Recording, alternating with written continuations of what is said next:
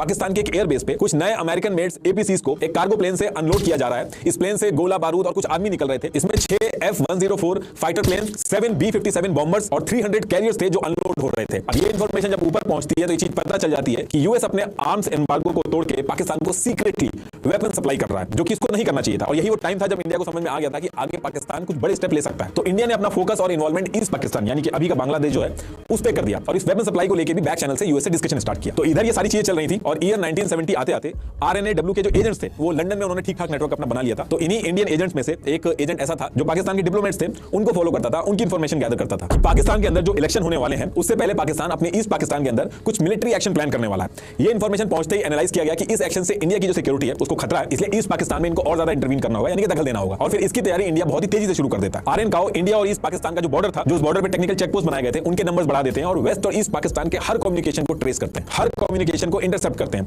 Situation ये हो गई थी कि पाकिस्तान के इलेक्शन आने तक RNAW के पास हर डिटेल्स थी कि इलेक्शन के अंदर किसकी जीतने की ज्यादा चांसेस हैं, मिलिट्री एक्शन होगा तो कौन कौन इन्वॉल्व होगा, हर एक चीज उनको पता चल गई थी। आरएन काओ ये सारी सिचुएशन एनालाइज करके इंदिरा गांधी जी को भेजते थे और इसके बाद ये भी सजेस्ट करते कि अगर इंडिया ये वेस्ट पाकिस्तान और ईस्ट पाकिस्तान के बीच में जो एयरप्लेन्स आते जाते हैं, अगर अपना एयर स्पेस को ब्लॉक कर देगा तो ये इंडिया को बहुत बड़ा एडवांटेज देगा। एक तो रूट तो लंबा होगा ही होगा, दूसरा ईस्ट पाकिस्तान और वेस्ट पाकिस्तान का जो कम्युनिकेशन है वो भी ब्रेक होगा। लेकिन इंदिरा गांधी जी कहती है कि ऐसा करना पॉसिबल नहीं है, बिना किसी रीजन के ऐसे एयर स्पेस बंद करना, या तो वॉर जैसी सिचुएशन हो तभी ये करा जा सकता है। और अगर बिना किसी रीजन के इंडिया अगर ऐसा करेगा तो इंटरनेशनल प्रेशर जो है वो बहुत ज्यादा होगा, जिससे इंडिया को दिक्कत होगी। अब जब ये सारी बातें चल रही थी उसी टाइम पे एक ऐसा कोइंसिडेंस होता है जो इंडिया के लिए एक बहुत बड़ी अपॉर्चुनिटी बनकर सामने आता है। एक्चुअली हाशिम कुरैशी नाम का एक आदमी श्रीनगर से पेशावर गया था और वहीं पे उसकी मुलाकात मकबूल भट्ट नाम के आदमी से होती है, जो कि एक आतंकी ऑर्गेनाइजेशन है NLF, नेशनल लिबरेशन फ्रंट, उससे बिलोंग करता था। और ये जो NLF से मकबूल भट्ट था ये हाशिम कुरैशी को इन्फ्लुएंस कर लेता है और इसकी जो आतंकी ऑर्गेनाइजेशन थी NLF, इसको ज्वाइन करा लेता है। अब हुआ क्या था कि ये जो NLF थी इसके 36 मेंबर पाकिस्तान से कश्मीर में घुस रहे थे और उनको जम्मू एंड कश्मीर की पुलिस ने पकड़ लिया था। अब NLF को इन 36 मेंबर्स को इंडिया की जेल से छुड़वाना था, जिसके लिए वो एक प्लान बनाते हैं और इस प्लान का सारा जिम्मा जो था वो हाशिम कुरैशी को दे देते हैं लोग। प्लान ये था कि हाशिम कुरैशी इंडिया में वापस जाएगा और श्रीनगर एयरपोर्ट से एक प्लेन को हाईजैक करेगा और फिर इंडियन गवर्नमेंट से नेगोशिएट करके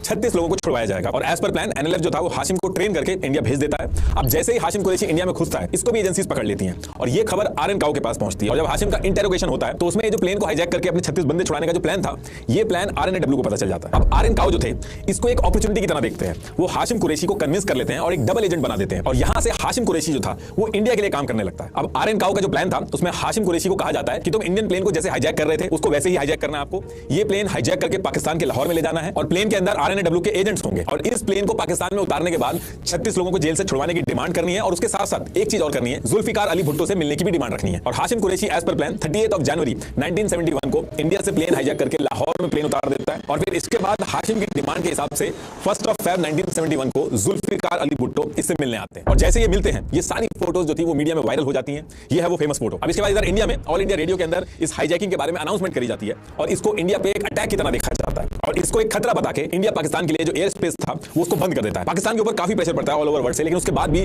जुल्फिकार अली भुट्टो इस हाईजैकिंग को क्रिटिसाइज नहीं करते हैं पब्लिकली। तो इस बात से इंडिया का जो क्लेम था उसको और हवा मिल जाती है। अब इसके थोड़ी देर बाद पाकिस्तान प्लेन जो था उससे सारे पैसेंजर्स थे उनको उतारा जाता है और जैसे सारे लोग उतरते हैं प्लेन में आग लगा दी जाती है और ये प्लेन में आग लगने की बात की फोटो है। और जितने भी एयरप्लेन में पैसेंजर थे जिसमें RNAW के एजेंट भी थे, इनको पाकिस्तान को अमृतसर के रास्ते इंडिया पहुंचाना पड़ता है। और क्योंकि हाशिम कुरैशी मिला था RNAW से तो जो 36 आतंकवादी थे